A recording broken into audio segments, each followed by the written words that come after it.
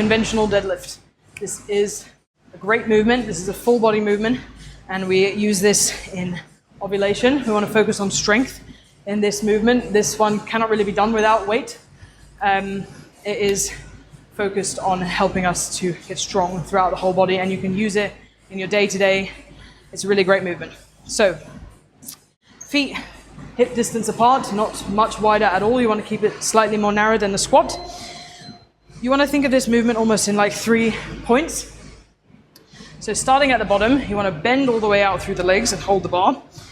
First, I always like to set my body. Okay, so setting your shoulders back and down, keeping the weight in the heels as always. That's the first movement there. It's that set of the lats. Okay, so really pulling your shoulders back so that your back is really straight and making sure that you don't pull up like this. You want to then use the legs. So this is the second part of the movement now, is using the legs to pull up. And then the third part of the movement is almost a slight hyperextension and pull down in the lats. So try not to pull your lats up like this. You want to really pull down and squeeze back into the back of the body. Then releasing it back down, nice and control, dropping it all the way down.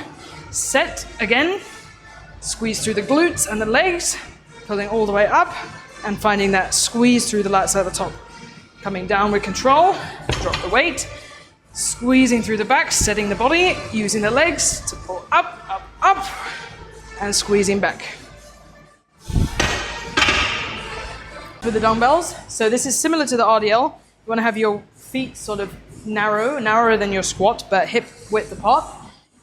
This time you're gonna use the knees to bend all the way down to the floor. So that's the difference between this one and the RDL. But you want to have your shoulders really squeezed back and making sure that you don't pull up through your back. Okay, you really want to use your legs in this movement. So grabbing your weights, bending the knees all the way down to the floor, pulling up through your glutes, and then as you come to the top, you want to find a sort of pull down through your lats and almost have a slight hyperextension, but not too much, keeping a really strong core, dropping it down back all the way down to the floor, releasing the weights down, pulling your shoulders back, reset each time, squeeze up through the legs, and then pull your lats down underneath your armpits, really pull your shoulders down to get that full squeeze through the back of the body. This is a full body movement. So you're getting legs, core, back, everything involved in this movement.